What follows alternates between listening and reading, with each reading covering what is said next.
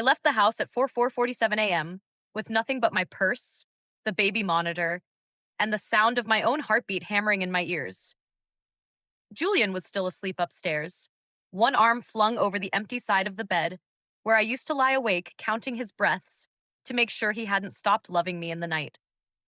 Our sons, Milo and Theo, were curled together in Milo's bed because Theo had had another nightmare and I'd carried him in there at 2 a.m. I kissed their foreheads, whispered, "Mommy will be back soon," and walked out before the guilt could paralyze me again. I drove to the 24-hour diner on Route 9, sat in the parking lot, and finally let myself cry until I couldn't breathe. 15 years of marriage. 15 years of shrinking myself smaller and smaller so he wouldn't feel threatened. 15 years of apologizing for existing too loudly. And last night, he'd looked me dead in the eye and said, "If you ever leave, I'll make sure you lose the boys. You're nothing without me, Elena. Nothing." That was the moment I knew I wasn't protecting my children by staying. I was teaching them that love looks like fear. It hadn't always been terror. Julian used to bring me coffee in bed and dance with me in the kitchen while pancakes burned. But after Theo was born, something shifted. Postpartum depression hit me hard, and instead of help, he gave criticism. "Why can't you just snap out of it? You're embarrassing me in front of my parents. Look at what you're doing to the kids." The yelling turned to silent treatment that lasted weeks. The silent treatment turned to slamming doors hard enough to crack the frames. The cracked frames turned into holes in walls.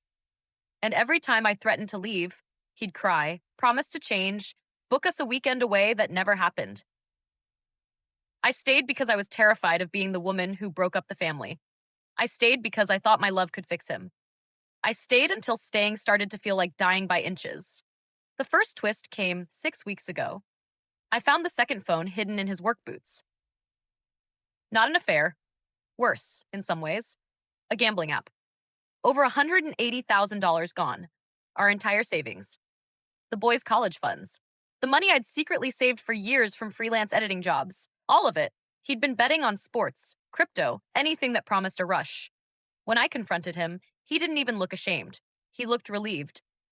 "At least now you have a real reason to hate me," he said. "Now you can leave with a clean conscience." I didn't leave that night. I sat on the kitchen floor and calculated how many months we had before foreclosure. 3. The second twist came last week, and it finally broke the last thread holding me to him.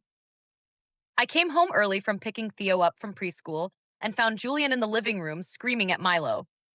My gentle, sensitive 5-year-old was backed into a corner, hands over his ears, while Julian towered over him, roaring, "You're just like your mother." Weak, useless, always crying. I dropped the diaper bag and physically put myself between them. Julian raised his hand, not to hit Milo, but the threat was there. And in that second, I saw my future. My son's learning that this is what men do when they're angry. I looked at him and said very quietly, "Touch me, and I will end you." He laughed. Actually laughed. And that was when I knew. The man I married was gone, and the one standing in front of me was dangerous. The climax happened 3 nights ago. I waited until he left for his weekly poker game, code for casino. I packed 2 suitcases, every important document, the boys' mojab, favorite stuffed animals, and every penny I could find in the house. I called my sister, who'd been begging me for years to leave.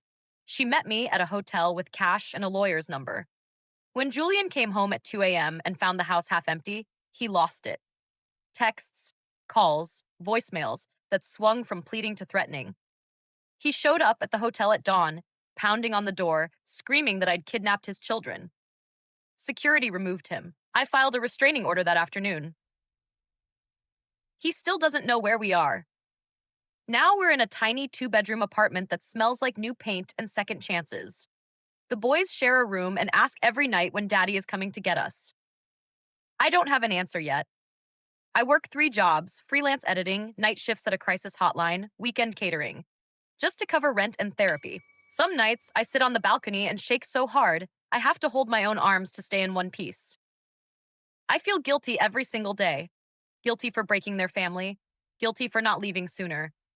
Guilty for still loving the man he used to be.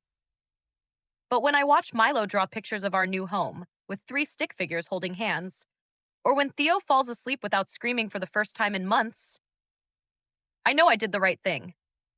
Still, some nights the fear creeps in. What if he fights for custody and wins? What if I can't keep us afloat? What if I never stop looking over my shoulder? If you were me, finally free but drowning in guilt, terror, and exhaustion after 15 years of emotional erosion, what would you do? Would you fight for full custody and no contact, even if it makes you the villain in their eyes someday? Would you try to co parent for their sake, even knowing he's unstable? Or would you disappear completely and start over where he can never find us? I saved my life. Now I need to figure out how to live it. Please tell me how you found peace after you walked away. I'm listening.